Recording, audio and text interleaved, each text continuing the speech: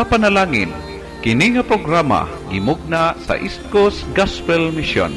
Alas 6 hangtod alas 6:30 matag adlaw. Aron ikaw matabangan nga maangkon ang tinuod nga kalipay, katagbawan ug kasiguruhan sa kinabuhi, ug nga kahatagan sa kasulbaran ang naghingapin nga mga kabalaka, problema, mga pangutana nga sa dugay ng panahon nakahasol pag-ayo kanimo. Busa paminaw ug sa Dios ikaw panalanginan. Sa makausap pa, nagadayeg nagapasalamat kita sa ato ang Dios tungod kay siya naghatag kanato og oportunidad na makapadayon kita sa atong bulaton karon nga adlaw.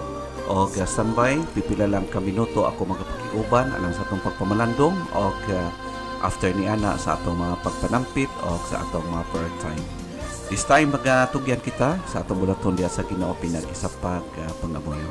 Amahan ug Dios nga langitnon, once again, salamat sa oportunidad nga imo na usab nga gitugot kanamo wherein makabasa kami, makapamalandong, ma-remind na usab kami o Dios sa imong mga pulong aron sa among pagkinabuhi, padayon sa pag-alagad kanimo.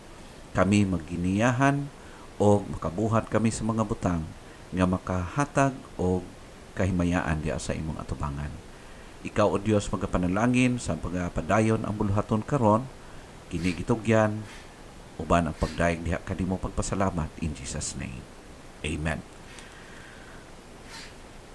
Usa ka oportunidad na usab kini nga gihatag sa Dios kanatong tanan nga samtang dili pa kita engage sa ato ang grabe nga kabisihon sa atong adlaw-adlaw nga mga buluhaton at matugutan nato nga ang atong Dios matagaan og higayon nga ato siya nga matagaan ni ining maong oportunidad o mahimaya maglorify siya og alang kanato oportunidad nga himo kita sa pagdalayog diha kaniya. Nini karon gayon padayon kita sa pagpamalandong og ato kining atimanon ang usa ka pangutana nga posible usab anaa kanimong higala. Does God hear one person more than another? Ang Dios ba nagapatalinghog ba sa usa ka person more than sa another person?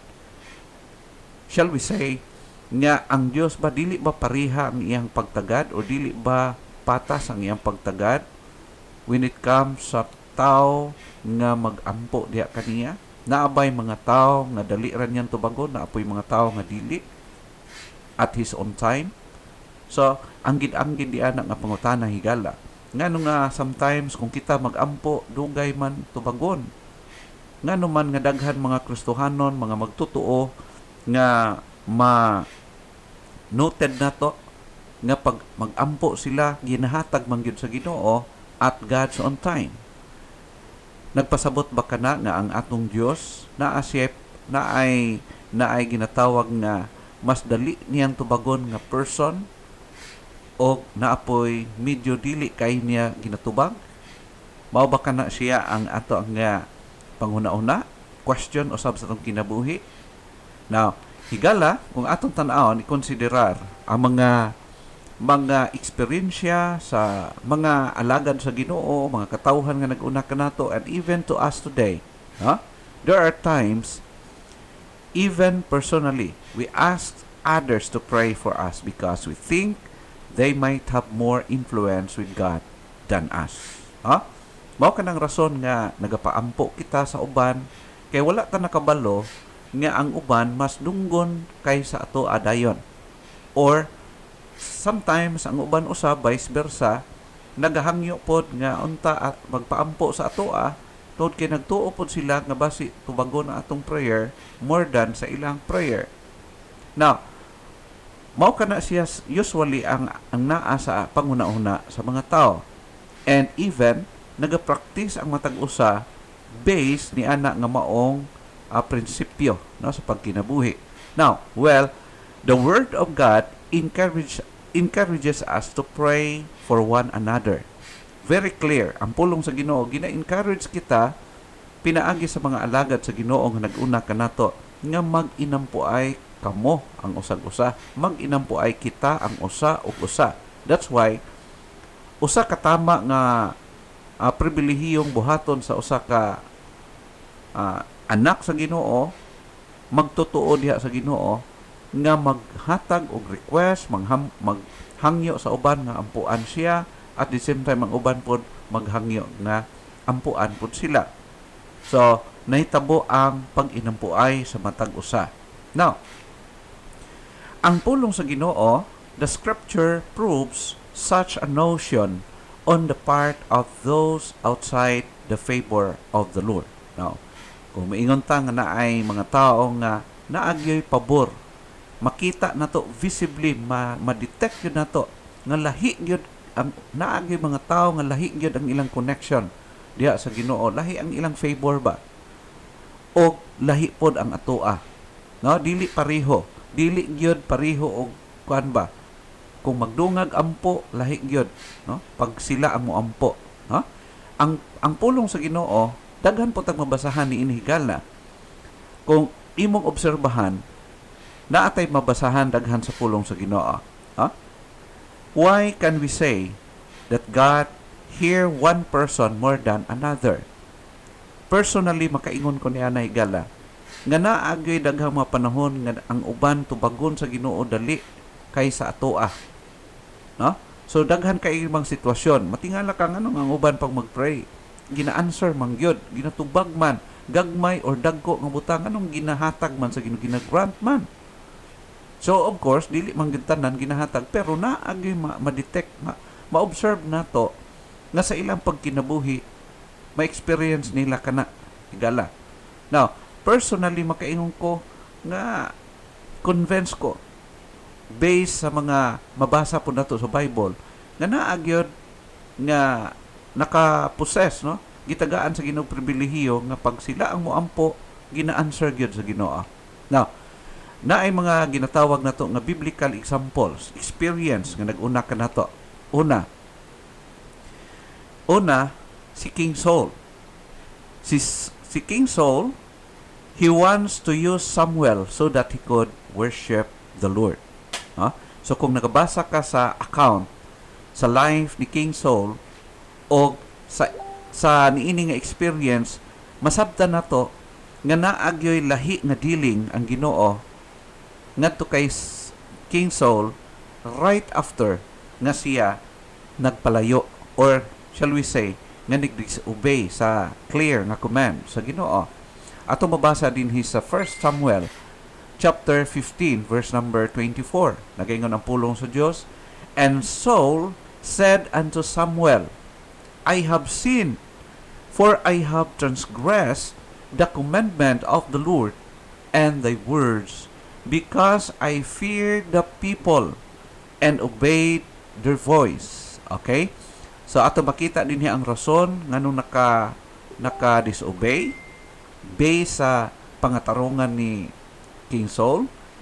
Ang rason is na nahadlok siya og ning obey siya sa tingog sa iyang mga katawhan, o gisunod niya kini more than sa instruction sa Ginoo, mahitungod sa transaksyon nga gipahimo sa Ginoo, mao ang pagpakigubat sa mga Amalekites, o gusto sa Dios nga laglagon niya ang tanan nga mga tao, mga hayop ug mga butang, ug wala sila'y kuhaon bisang unsa sa kalaban nga sumala sa gipaatak sa Ginoo sa ilaha. To make the long story short, nasiyangan si King Saul sa mga hayop nga mga nindot kaayo o mga bahandi ilang ginadala, no? O nahitabo na dismaya ang Ginoo sa iyahang gihimo. In verse 25, naghangyo siya kay Samuel nga unta ubanan siya ni Samuel aron makasimba siya sa Ginoo, pero gi-confront na siya ni Samuel nga nadismaya ang Ginoo og naay judgment nga gipaabot ngadto kaniya. In verse 25 nagaingon, now therefore I pray thee, pardon my sin and turn again with me, that I may worship the Lord. So ato makita higala nga nakasabot siya, gi-accept niya nga nakasala siya, nag-disobey siya sa Ginoo, pero ningon siya nga tagain na lang kong pabor, no? Nga ubanan mo ako, Samuel, Prophet Samuel, ubanan mo ako kay gusto ko mosimba sa Ginoo despite nga nakasala siya. Pero ato makita nga dismayado gyud ang Ginoo sa kinabuhi og adunay judgment nga gipataw sa Ginoo sa iyaha. Og wala na naminaw ang Ginoo, wa na gyud siya gitubag sa Ginoo sa iyahang mga pag-ampo. Ha? Ikaduha nga makita nato sa balaang kasulatan, God favors those who fear Him, those who wait for His loving kindness. Kana bita, ang Dios naghatag gyud siya special favor sa mga tao nga katubitang mapailubon nga naghulat sa timing sa Ginoo nga ihatag ang ilahang gipangamuyo o ang kaluoy sa Ginoo ngadto silang kinabuhi.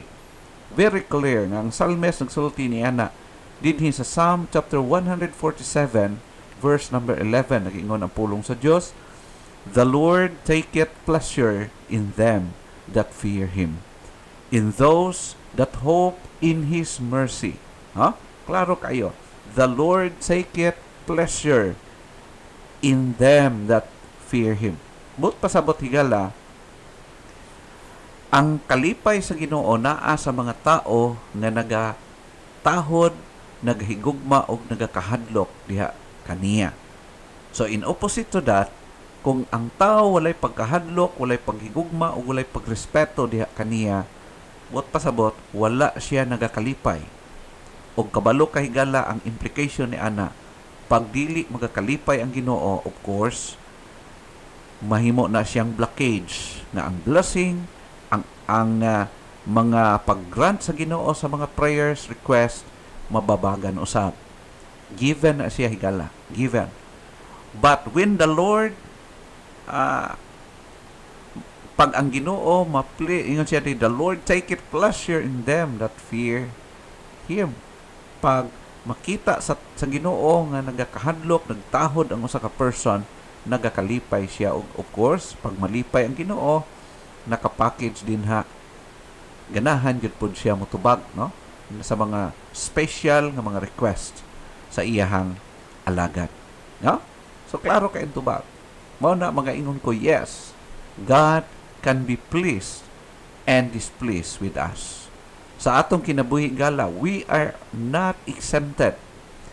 Ang Dios pwede siya malipay sa atong kinabuhi karon o pwede pud siya ma-displease nato siya unya sa atong pagkinabuhi. Therefore, we must be serious enough. We must be careful sa atong pagkinabuhi. Gala, ampingan ang pagkinabuhi, it's because mas kulba pag ma-displease ang Ginoo sa atong kinabuhi. Mas kulba kay siya gala. Mao nang ginaingon, mas maayo pag ang mga butang nga naa sa atong kinabuhi magakawala rather than nga ang Dios ang mupalayo sa atong kinabuhi. Mao na ang pinakakulba o pinaka-dangerous nga butang mahitabo sa atong kinabuhi. Ha? Ikatulo, there is joy in heaven over one sinner who repents.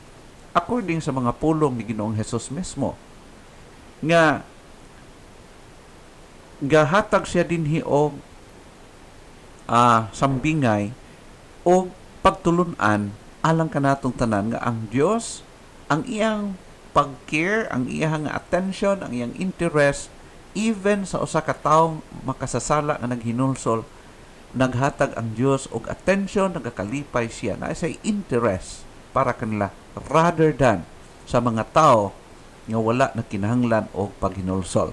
So malapas pulong sa Dios in Luke chapter 15 verse number 7, I say unto you that likewise joy shall be in heaven over one sinner that repenteth, more than over 99 just persons which need no repentance. So unsang implication higala? Klaro kaayo nga ang Dios, ang kalipay sa Dios gibutang niya diha sa person, sa usa ka tawo nga nagpahubos sa iyang kaugalingon, naging humble sa iyang kaugalingon og naging dependent diha kaniya, maging naa siya kasing-kasing nga mahinulsulon the moment nga nagkasayop siya atubangan sa Ginoo. Ikaupat, the Lord takes pleasure in His covenant people. Klaro kay gala sa balaang kasulatan nga ang Dios naghatag gyud sa iyahang pabor, kalipay ngadto sa iyahang piniling katawhan. In the Old Testament, the nation Israel, the Jewish people, na ay special nga paglantaw ang Ginoo sa ilaha. Di nato kana ma-deny. And even today, aduna poy pabor nga gihatag sa Ginoo sa iyang katawhan, sa iyang church or sa iyang body. O makita na to igala nga naa siya'y gihatag nga favor nato kanila. In verse 4 sa Psalm chapter 149 nagaingon, for the Lord takes pleasure in His people. He adorns the humble with salvation. Wow. So nindot kayo ang gisulti sa pulong sa Ginoo. For the Lord takes pleasure in His people, His covenant people, His chosen people. No? Mga katawhan nga nagatahod nag-ila diha kaniya. Ikalima, the Lord pleased with His servant Job. No? So noon kayo sa kinabuhi ni Job, to the point nga ang Dios nagipanghambog, ginapanghambog pa niya si Job ngadto sa kalaban niya. Tungod kay si Job nagkinabuhi gyud nga matahuron, naghigugma og nagakahadlok diha sa Ginoo. In Job chapter 1 verse 8, very clear. And the Lord said to Satan, have you considered my servant Job, that there is none like him on the earth, a blameless and upright man who fears God and turns away from evil. Wow. Ato makita higala nga naagid siya a special nga commendation nga tos kinabuhi ni Job. Even to the point nga gipanghambog niya si Job ang iyang servant ngadto sa kay Satan. Nga nakaposes si Job og kinabuhi nga kanang nakapahimaya gyud sa Ginoo. Huh? Pero of course, taas kini nga story, na-experience ni Job ang talagsaon kaayo nga maagian sa mga katawhan sa Ginoo. O maupod ka na higala ato makita nga ang Dios nagsulti gyud maayo. Kung imo bang nakit-an dito napansin ba nimo akong alagad nga si Job? Usa siya ka buutan nga magtotoo. Ikaunom nga example makita sa Bible, Enoch. Si Enoch was pleasing to God. No? Enoch was pleasing to God. Klaro kay mabasa gala. Nga si Enoch, nagkinabuhi siya with God. O ang result, nagakalipay ang Diyos sa iyahang pagkinabuhi. Ingon siya dinhi sa verse number 5 in Hebrews chapter 11, by faith, Enoch was translated that he should not see death, and was not found, because God had translated him. For before his translation, he had this testimony that he pleased God. Wow! Salamat sa kinabuhi nga gilig-on sa Dios diha sa kay Enoch. Nga si Enoch, makita nato nga naa gyud ay tao nga makita nato mahimong nindot nga modelo usab nato. Di man perfect pero naka-appreciate ang Ginoo. Ingon siya, for before his translation, he had this testimony that he pleased God. Nga naman, naglakaw si Enoch with faith diha sa iyang Ginoo. Higala ang pabor nga gihatag sa Ginoo siya, unsay pabor? Gikuha siya sa Ginoong wa moagig kamatayon. Nya bot pasabot higala, dili tanan nga naka-experience ni anak nga pribilehiyo. So, especially lang yun para kay Enoch as model nga naag yun di ay matawag na to special favor ang Ginoo sa uban nga nagakahadlok, nagtahod, naghigugma diha kaniya. Ika-7, Daniel. Si Daniel nagitaguri ang a man greatly beloved by God. Nagihigugma gyud maayo sa Ginoo.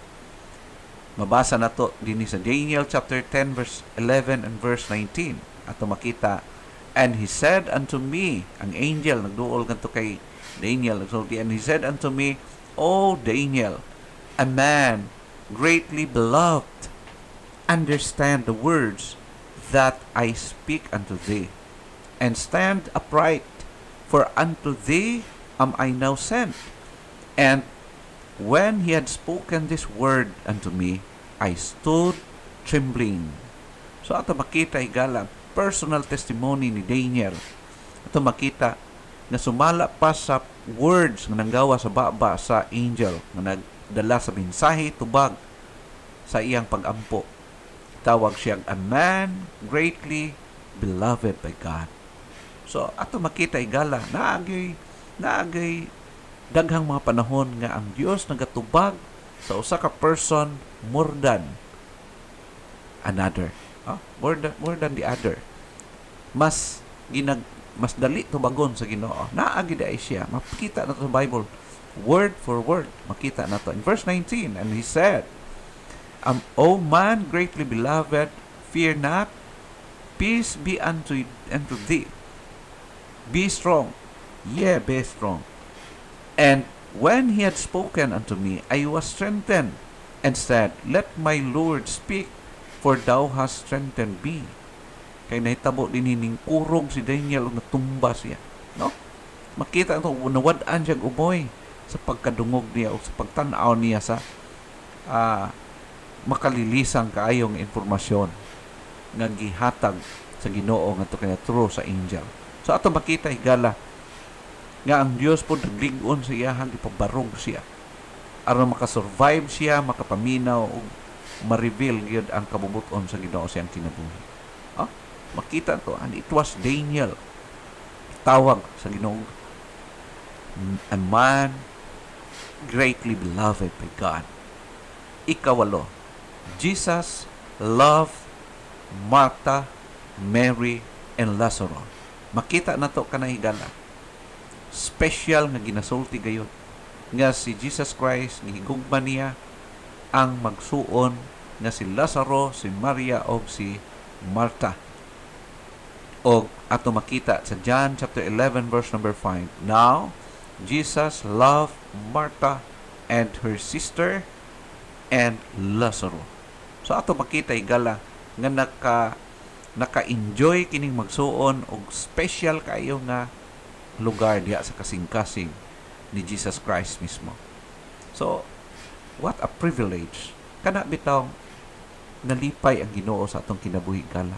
Usa kana siya kadako kaayo og anindot na challenge para kanato magkinabuhi kitang maampingon aron nga every now and then ang Dios naga-smile sa atong kinabuhi. Nagakalipay siya, nagaka-glorify siya sa matag karon unya sa atong mga ginahimo. It is also evident that experienced prayer warriors can see factors, pray more intelligently, and weigh spiritual evidence in a way that prayerless people cannot.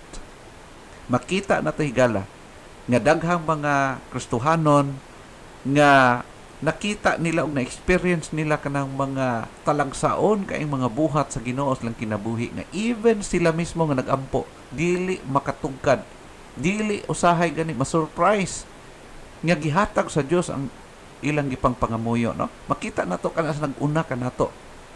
Og ato pang makita nga kadtong mga kaanakan sa Ginoo, even Christians nga kana bitaw dili gyud malipay, di ganahan magampo. Makita na to nga di pod nila ma-experience ang mga supposed privilege na ginahatag sa Ginoo ngadto kaniya. Okay?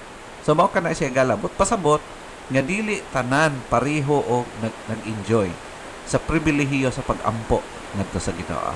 For those who are willing to exercise their privileges in prayer, great and mighty things will happen dito sa ilang mga kinabuhi.